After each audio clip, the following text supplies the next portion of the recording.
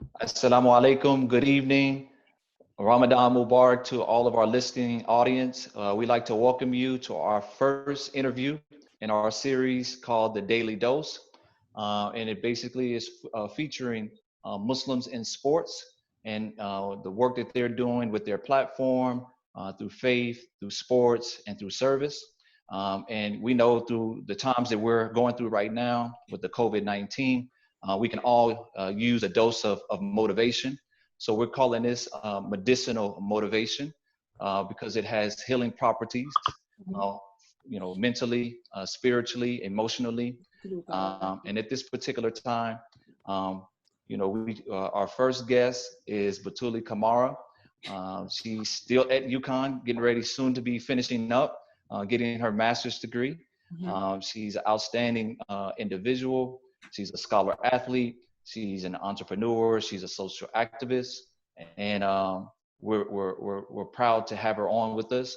But before we get to her, we'd like to express our appreciation for our partner and collaborator, Mala, which is the Muslim American Leadership Alliance. And let me just tell the listening audience a little bit about Mala. Mala is dedicated to leadership through integrity, and it also provides a platform for people to share their individual stories and to speak for themselves. Mala nurtures emerging community leaders and unites Americans of all backgrounds to advance constructive solutions to extremism and human rights abuses. Mala is open to choice and creed and embraces free expression, gender equality, and pluralism as cherished universal ideas. So Mala is our partner. And then let me also just tell a little bit about Crescent Sports Media. Crescent Sports Media was founded in 1992 by Herman Brame and Aleem Shabazz. They started out covering athletes like Muhammad Ali, Hakeem Olajuwon, Mahmoud Abdul Rauf, Sharif Abdul Rahim, and many, many others. I was brought on to Crescent Sports Media as the CEO a little over 18 months ago to move us from a physical newsletter, which was the publication before, to a digital space. And so we promote and highlight conscious and conscious athletes and Muslims in sport to raise their platform, give them a voice, and share with the broader community about how they're utilizing their platform for social good. So with that, we'd like to introduce you to the outstanding, amazing Batouly Camara. Welcome to the show, and thank you for being a part of our first interview. Thank you so much for having me. And what an honor and a privilege to see the long list that you've just named of incredible people and those who have come before. And I think that's really important to always remember those who have come before. So I'm thankful for the work that you do and this opportunity to connect. Thank you so much. So we'll start in, just by you telling the audience a little bit about yourself. Where did you grow up? Tell us a little bit about your upbringing, your family, and we'll start from there.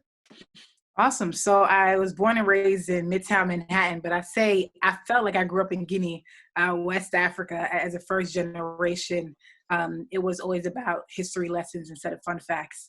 And that was a huge part of my upbringing, storytelling, learning about those who come before you, which I think is so important. I'm one of three. And so those siblings, two older siblings and one younger, grew up in a household, deeply rooted in Islam, and deeply rooted in our Guinean culture.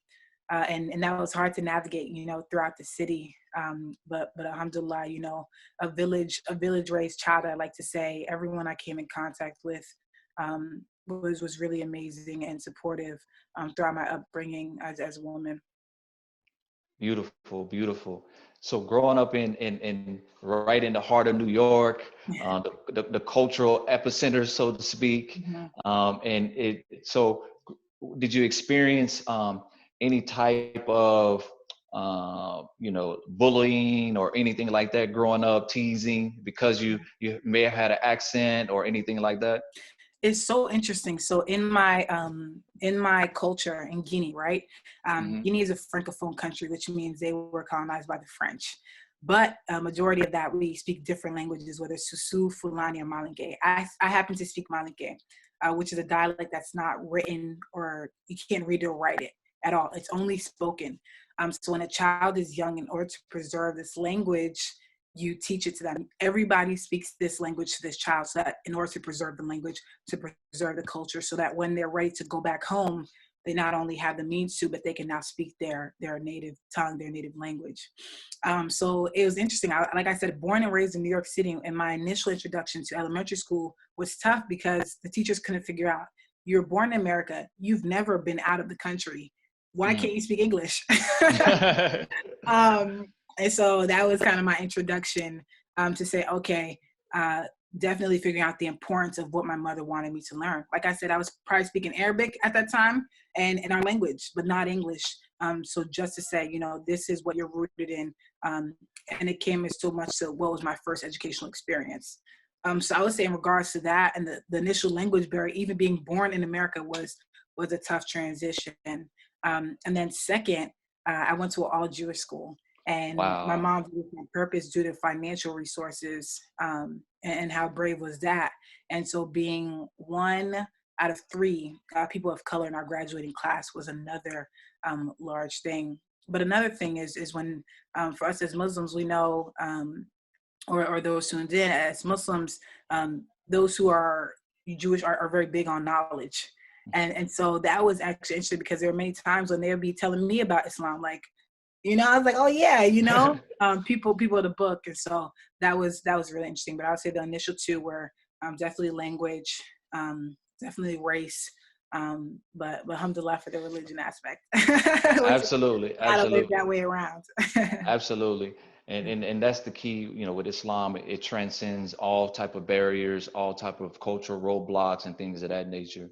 So tell us a little bit about, you know, the culture in Guinea, and what are some of the most prideful characteristics that you take from being from Guinea?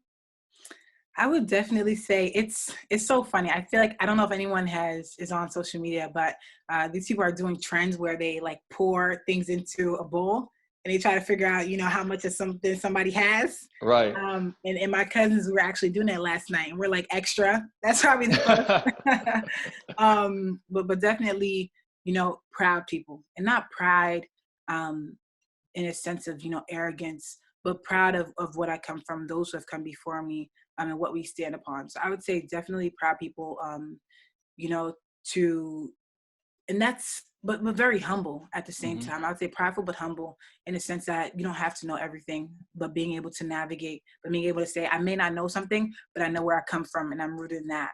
So that's one thing I learned early on from attending, you know, weddings and events. You know, my people, we'll be all over the place as Guineans, but definitely proud of where we come from and what we stand for. Now, you mentioned in your TED Talk a lot of alarming statistics when you talked about, you know, young females. And I kind of want to start there, and now we'll come back full circle and talk about some of your social activism work and what you're doing, the phenomenal things that you're doing in West Africa. But some of those statistics, and one of the things that was very glaring about the young girls is that you say they have two options or two ways that they were kind of viewing themselves. Can you talk a little bit about that? Absolutely. So in my TED Talk that I did now 2 years ago, it was actually crazy because it wasn't my initial topic, but I got to a point where I reached out to a mentor, and she's like, speak from the heart. And that was something I knew, you know, as a Guinean woman, growing up first generation, going back home. And so before the age of 12, I only saw myself as two things. Yes, as a first generation, education is extremely important in that progression. But everything I did was based off of two things. What is your husband going to think? Who are your kids going to be? It was constantly reaffirmed. What is your husband going to say? You can't cook. Okay, I can cook now, people. Progress. You know, what will your kids think? You know, who will your kids be? That's your lineage. And so automatically as a woman, you're not even thinking about, who am I going to be? What am I going to develop to be outside of these two identities? So that was top tier. Are you a good wife? Are you a good mom? And those things are things to be proud of and are amazing and are sunnah, like, you know, to take care of your family. But that wasn't, I don't think we were limited in that. As we look at, like, you know, the Prophet Sallallahu Alaihi Wasallam's wife, businesswoman. So things like Right. that, like not to say that she wasn't valued in those aspects, but more than that. And so for me, entering sport, that was the first thing. And that was my first introduction. But going to Guinea, as I mentioned, those alarming stats, 1 in 4 girls are married before the age of 15. Mm. Guinea ranks right now number 6 in the world of illiteracy rate. Girls, only 22.5% of girls over the age of 15 are literate. Mm. And in Guinea, the primary school rate, you only have to go to school for 8 years, and many girls don't get that chance. With Africa, 31 million girls across Africa who have not and will never go to school. And the main reasons are just due to cultural barriers, poverty, and just lack of resources for girls, and say this is important. So what are your 2 things? And again, the alarming rate of, 1 out of 3 kids who are child workers. So again, mom and wife at a much larger scales, when now cultural practices of violence, such as female genital mutilation, are put into place to reaffirm that by the time they're age 5.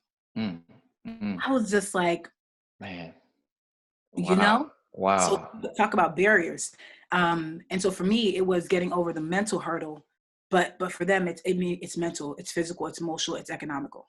And I think about how tough that was for me at the age of 12, and I'm thinking about some part of you being violated at age 5 because you're a woman. So for me, that was really alarming for me. And being a Guinean woman, when I went back, I said, okay, how can this be the first breakthrough of seeing yourself outside of wife and mom, to now say basketball player with transferable skills and what that means as a whole.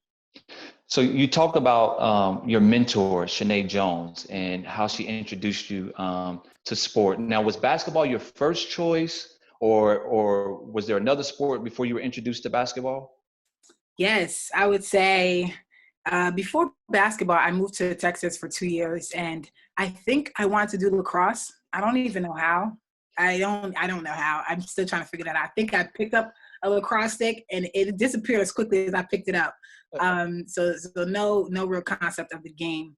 But from there, I picked up basketball as I had a crazy growth spurt. When I turned 12, I hit like 5'9", not knowing that the boys would just go to sleep and hit like 6'5" the next day. But I was pretty tall really quickly. And from there, was encouraged to join my middle school team.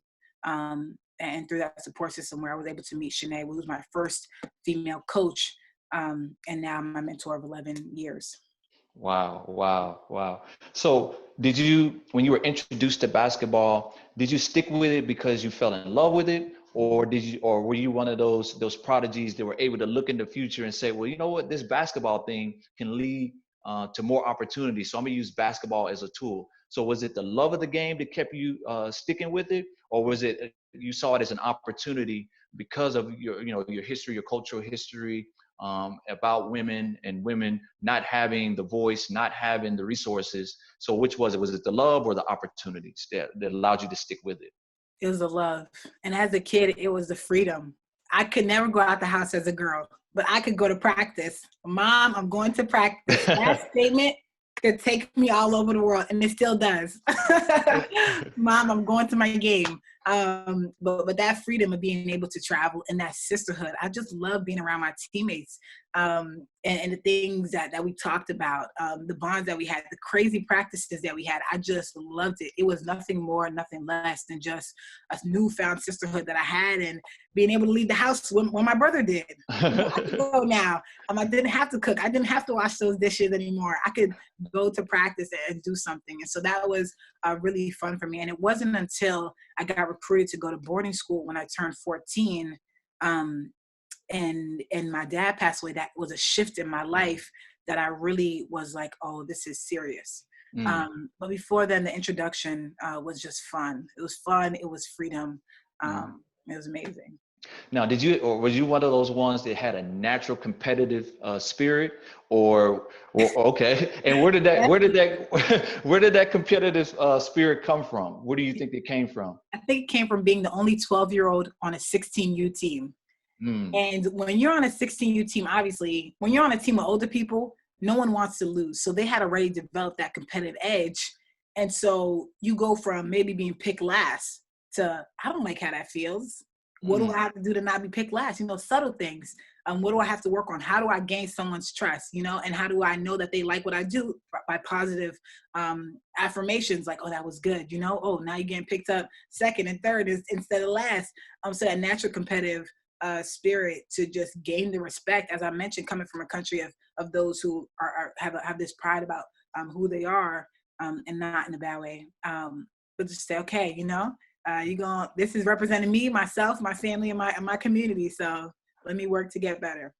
Now, real quickly before we transition to your high school and introduction to your college basketball career. Mm-hmm. Now, what was the conversation like when you told your mother that I'm going to pick up the game of basketball? She was like, why? No, she wasn't, but I don't think she understood it. She knew I played basketball. She knew I played, and that's a great question. But the conversation was just, okay, Batouly's going to her games. I don't know. And at that time, as a young kid, you know, you're working. I go to work with my mom. So she said, well, why can't you come to work? I have practice. Now my schedule is more demanding. And so it was more like, no, you can't do this. And it was like, no, this is serious. So it was never no. It was just, I don't understand. These are things that a girl should be doing, and you know, why are you pursuing sport like this? So actively outside of other things. So when was it when it clicked with her that you know, was it early on or was it a little bit later where it clicked with her to say, I get it now. Now I see why she picked up the game of basketball. Now and I see, you know, why she's able to be free and her spirit is changing and she's coming into her own. I would say, I think that entire statement came into play my senior night of UConn. Wow. A couple months ago. Wow. You know, but I would say the initial time that it clicked was when I got accepted to boarding school, to Blair Academy. This is 2 hours away. And our entire family was like, if you send your daughter away, you are bringing shame to the family. Like, this was, you would have thought I was, you know, I don't even know. But if you let your daughter go, what will come of this? And it was just a very scary time to navigate, because in her heart, she knew what I loved. But having the family say, you know, maybe it's not the right thing. She's too young. She's 14 years old, living outside of home. This is not what we do. But I would say it was when my older brother, Muhammad, he sat her down and he said, Mama, do you have $60,000? And he multiplied it by 4. He said, do you have this money? She said, Mohammed, you know I don't have this money. You know, like very, very serious look. And he says she needs to go. Because you're going to now multiply this by 8. So again, going to Blair, that was at the time, the tuition was $50,000 for room and board. This is an elite boarding school, right, 2 hours away. And then to say, okay, college. And he's like, this is the opportunity she has for a full scholarship. Don't let fear step in the way of this.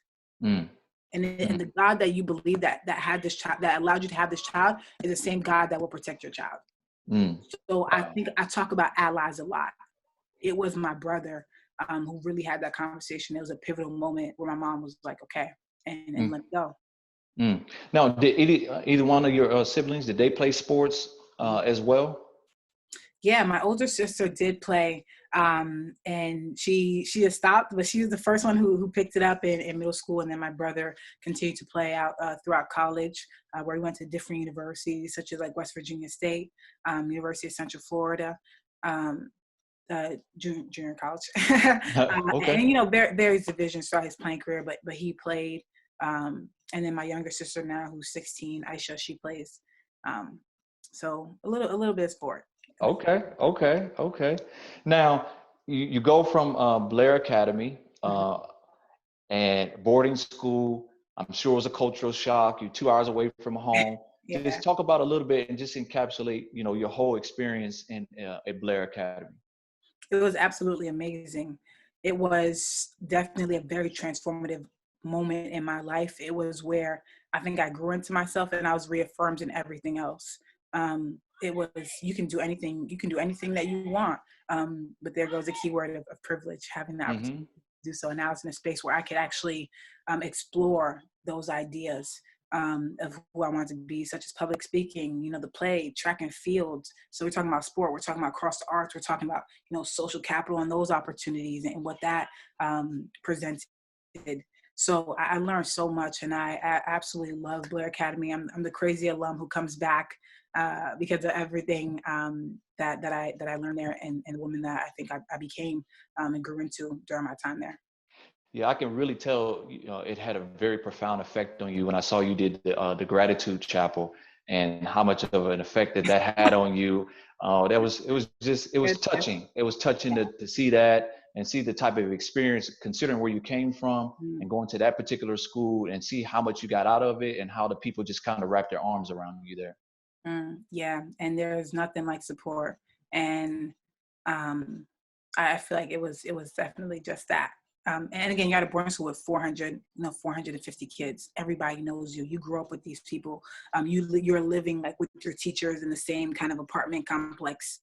So it's a big family. Wow. So I'm just going to take this moment real quick to remind our audience that you can post your questions into the chat below. If you look at the bottom of your screen, there should be an icon where the chat is. And when we get to the Q&A portion of the interview, you'll be able to ask questions directly to Batouly through me, of course.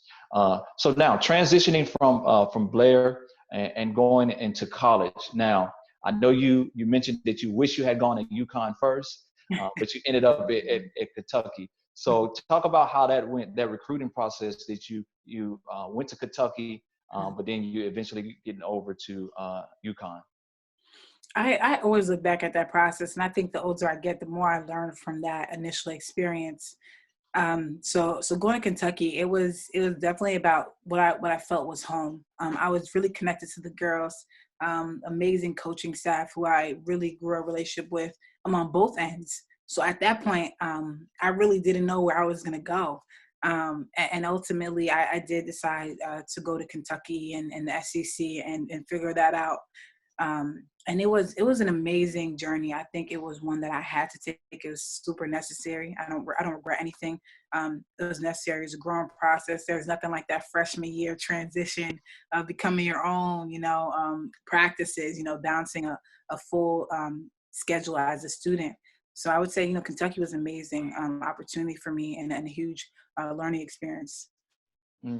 Now, you go from Kentucky after your freshman year, you have to sit out, and then you go to UConn. Now, I'm not going to tell my age today, but growing up watching women's basketball, when you thought about UConn was like basically the WNBA.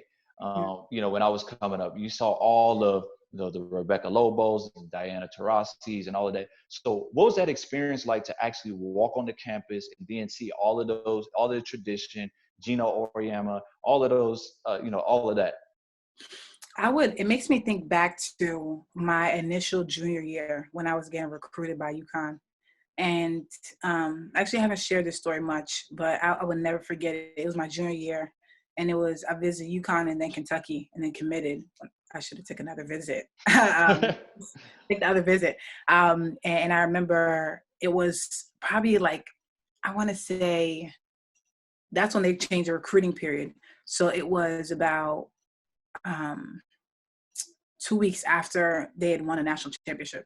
And he kind of sits there and they have their sweaters, which say like national champions. And he he says, put on the jacket. He says, when you become a national championship, that's something that no one can take away from you. That's something that's yours forever. And you wake up the next day a champ. And this is a place where you can actually pursue that dream. So that was like my introduction. And then again, coming back now as a transfer, you see the long, the history, the players who have come before you, what they've done, how they've done it, who they've done it for, for such a coach who demands the best out of you, and to say, oh, this is the work you had to put in to get what you wanted. If I may respectfully say, you deserve every bit of it and more, because it definitely takes a lot of work. So I would say when you get hit with those, summer workouts, you're like, you are here to work for everything. And it was stated early on, we don't have rules, we have expectations, 30 years of it. And it's either you come here and you succeed on the biggest stage of your life, or you come here and you fail on the biggest stage of your life.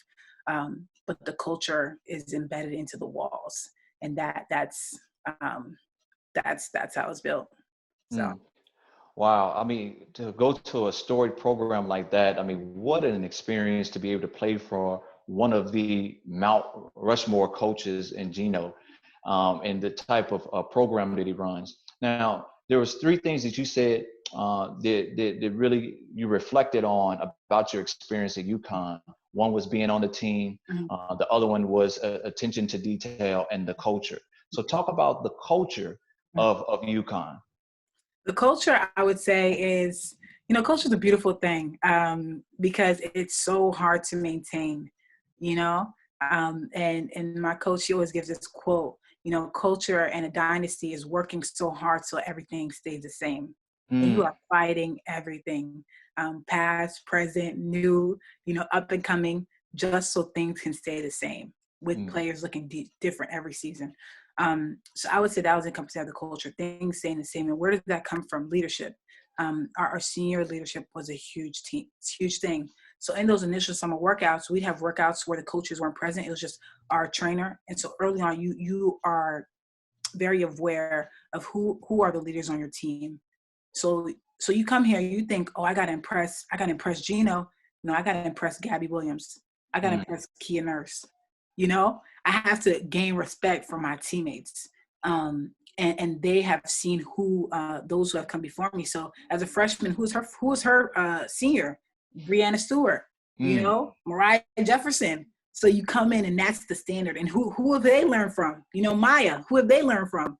So who am I? And so you kind of, jump into the culture of things that have been established, and you're like, well, I don't want to mess this up. And early on, you have that senior leadership who kind of reaffirms that this is what we do, this is how we do it, this is why we do it. And we want you here, and we're going to push you. And that's what it means. So I would say definitely leadership, in that position of maintaining that culture. Now, you talked about in one of your lives, you talked about how Gino used different tactics to get you all's attention. And one time after a bad loss, he made you all just watch the bench for like 20 minutes. Oh, So talk to us about some of the things that he would do to continually motivate you all and reach that level of consistency and that standard of excellence. it was always after every single practice. I think it wasn't that was kind of a big moment. That was like, whoa, but it was in the everyday. We were really urged to sit down and reflect on our game. It was never a moment where you weren't asked to reflect on who you are and why you did what you did, to a point where, so for me coming in, and I would say for any transfer, it was more the mental battles, Mm, of really figuring it out. So some people play, you just play the game for fun. And it was just a lot of things where after practice, reflect on what you did. Why were you in that position? So you now as a player, you have to think and live and breathe the game. And they were constantly reaffirming that. What did you do? Why did you do that? Why were you in that position? So if mm. I can't sit there and say, oh yeah, I was in the left wing and I should have curled down because the defense was in the 2-3. And if I can't do that, so I would say that was a bigger moment I shared on live, but it was the daily questioning. What'd Mm. you do today? Why'd you do that? Who's the player you want to be? Who's the person you want to become? What'd you do differently now that you know that? So it was definitely in a lot of the questioning and conversations. Now, your college career was filled with a lot of setbacks through injury, Mm-hmm. and your upbringing as a Muslim. Talk about how Islam played a role in helping you overcome a lot of those setbacks and obstacles, and those different challenges that you face. I always say, if you don't have a religion entering college, you might find one. That's true. That is You true. will find something, because it's just that difficult. And now you're talking about, Division I basketball at one of the highest levels. And you're there and you have dreams and you have goals. And that is not the outcome.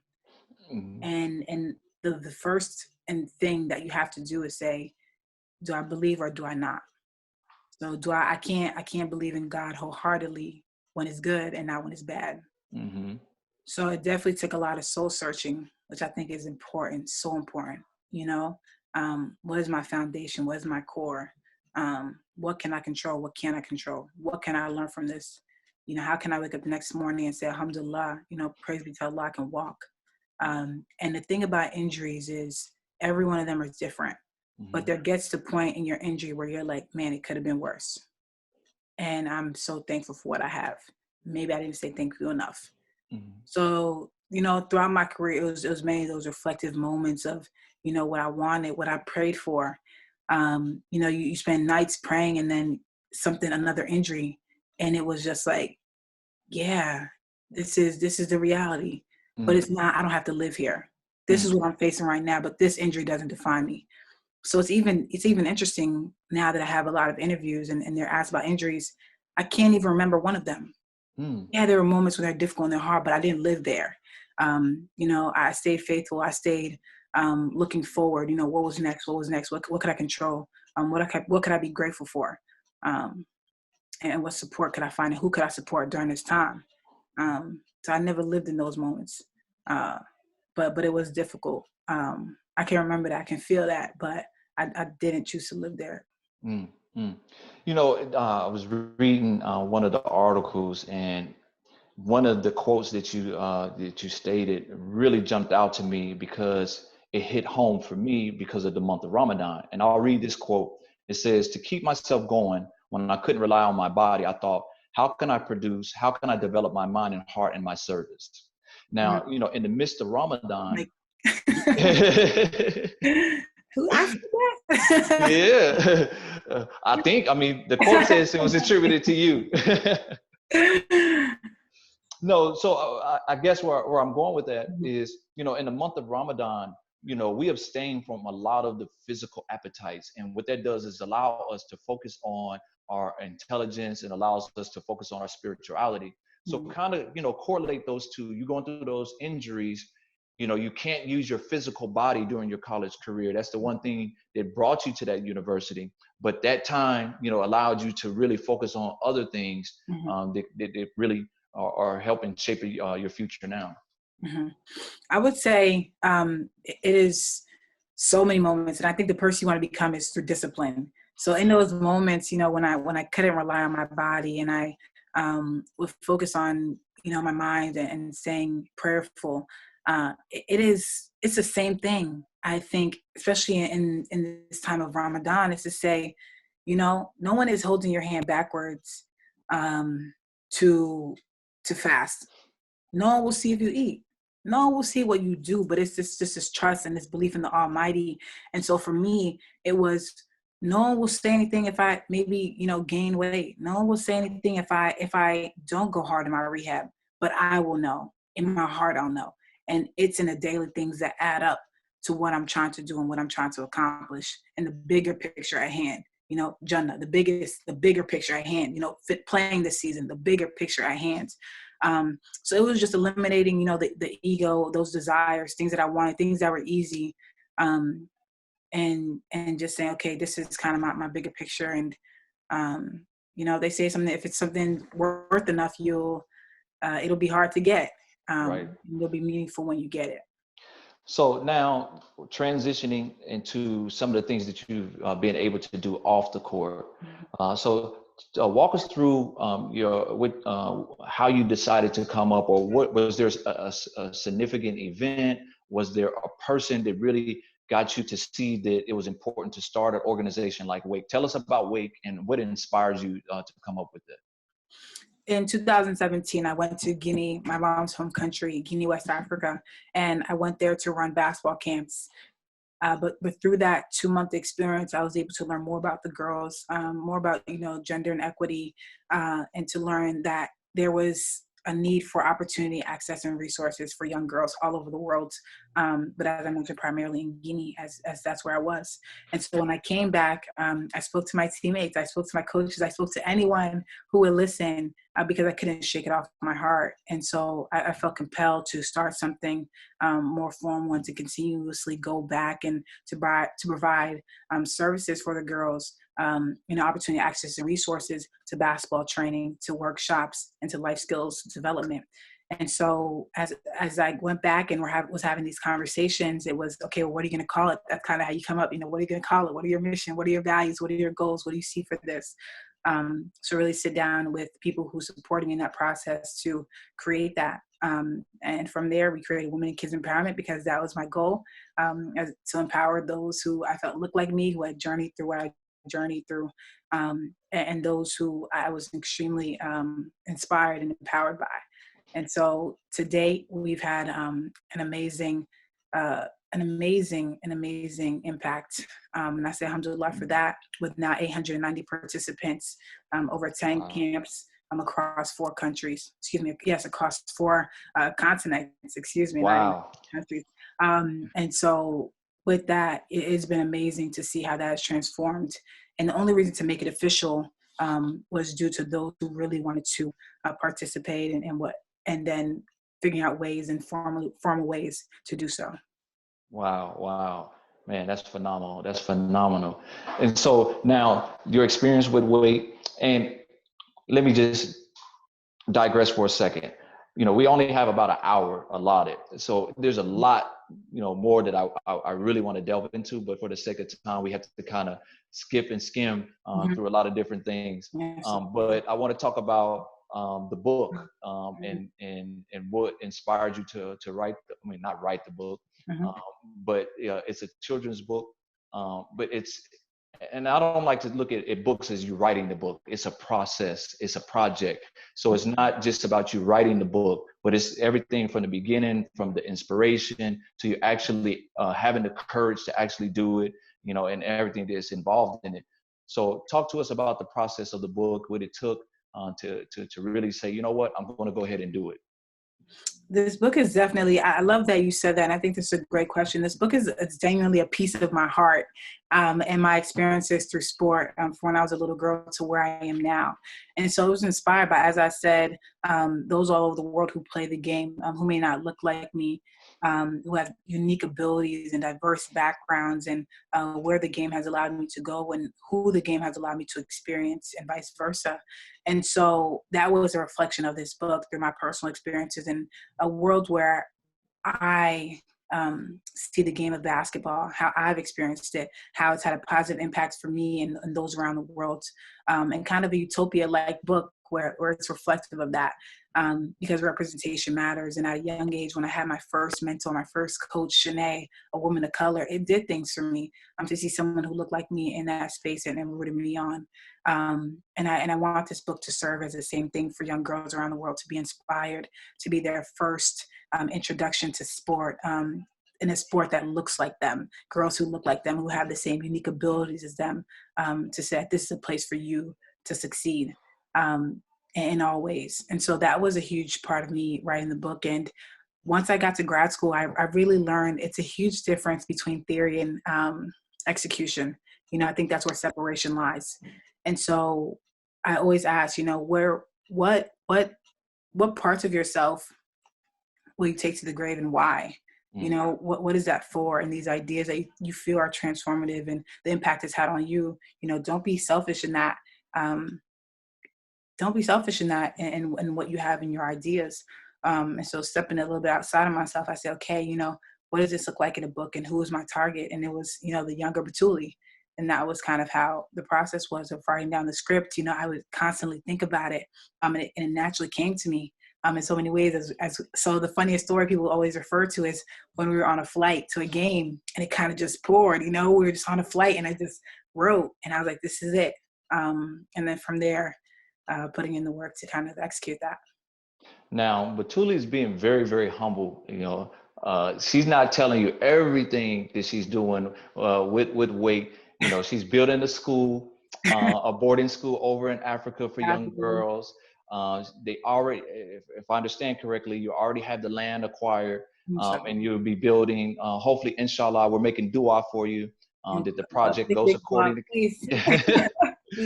That the project goes according to plan, and you're actually able to start building in 2021. So talk to us about where you are in that phase of the project and what are the future goals for that.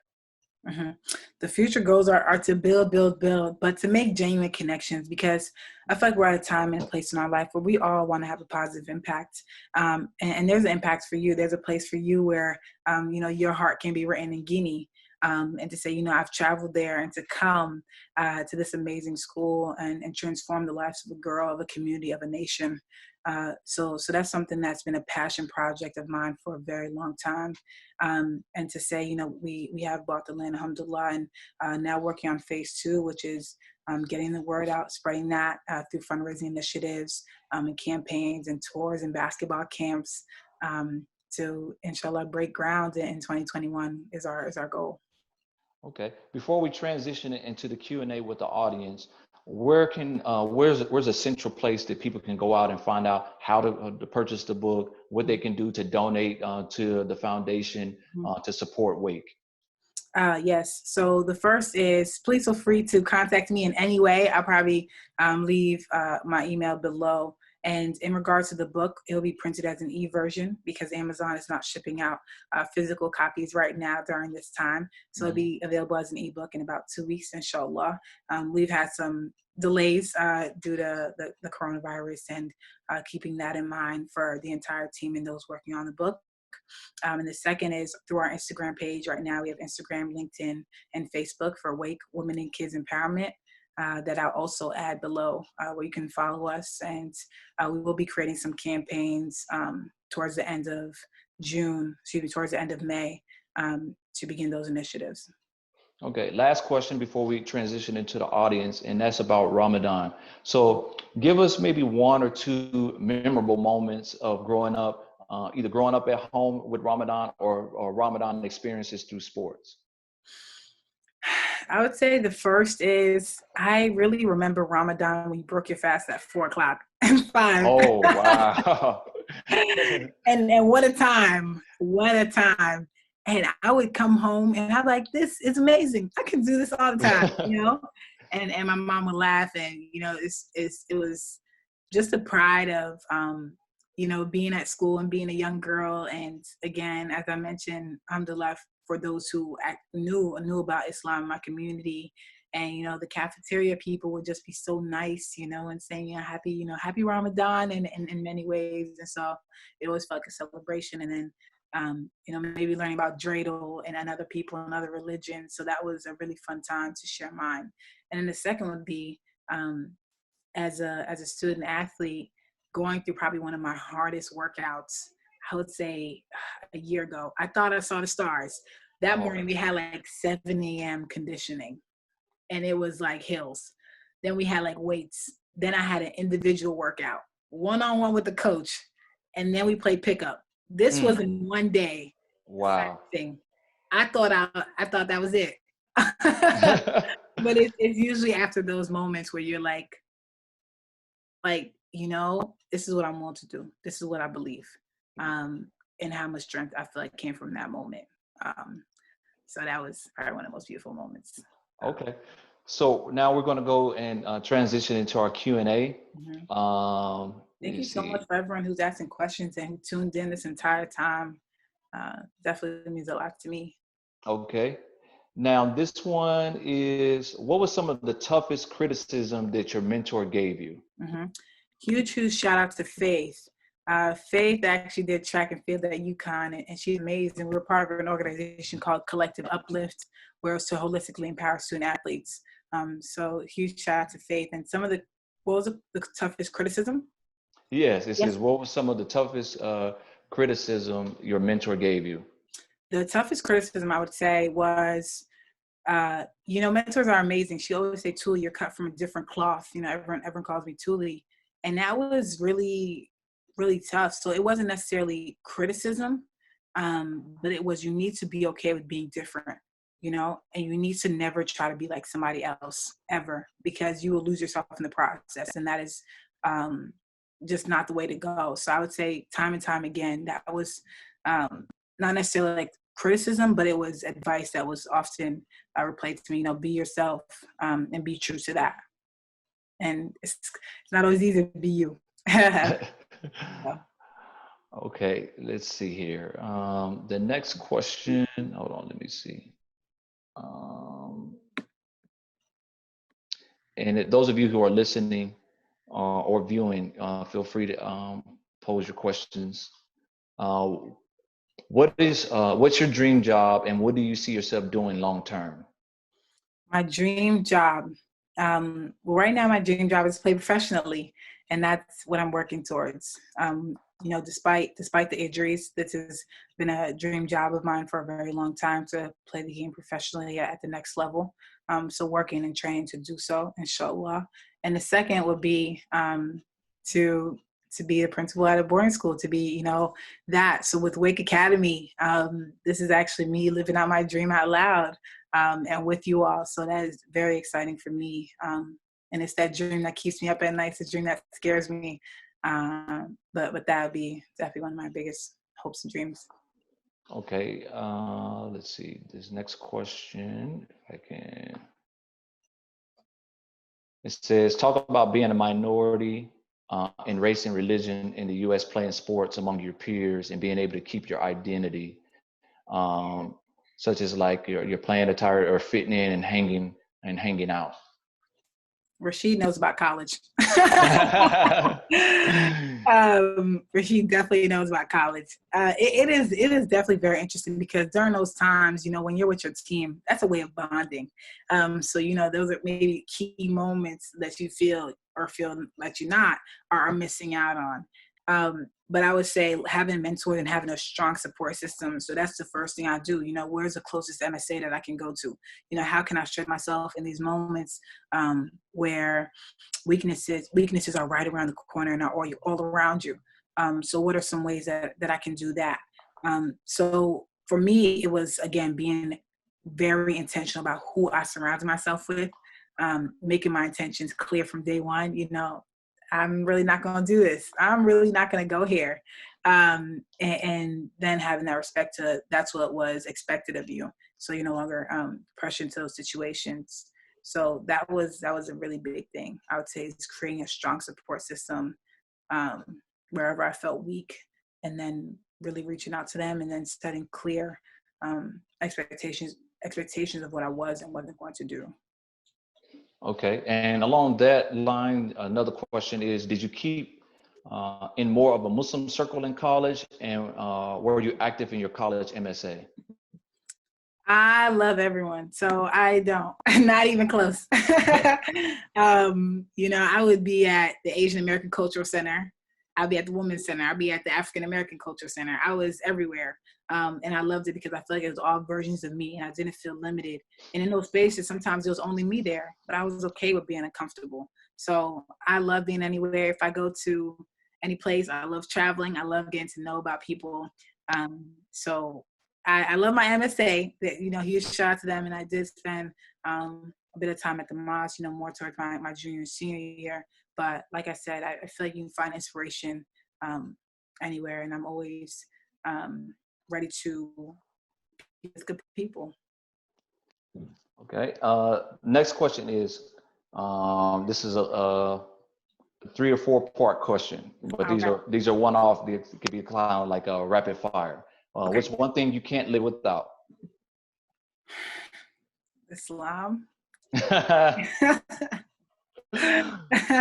Okay. One place you want to visit?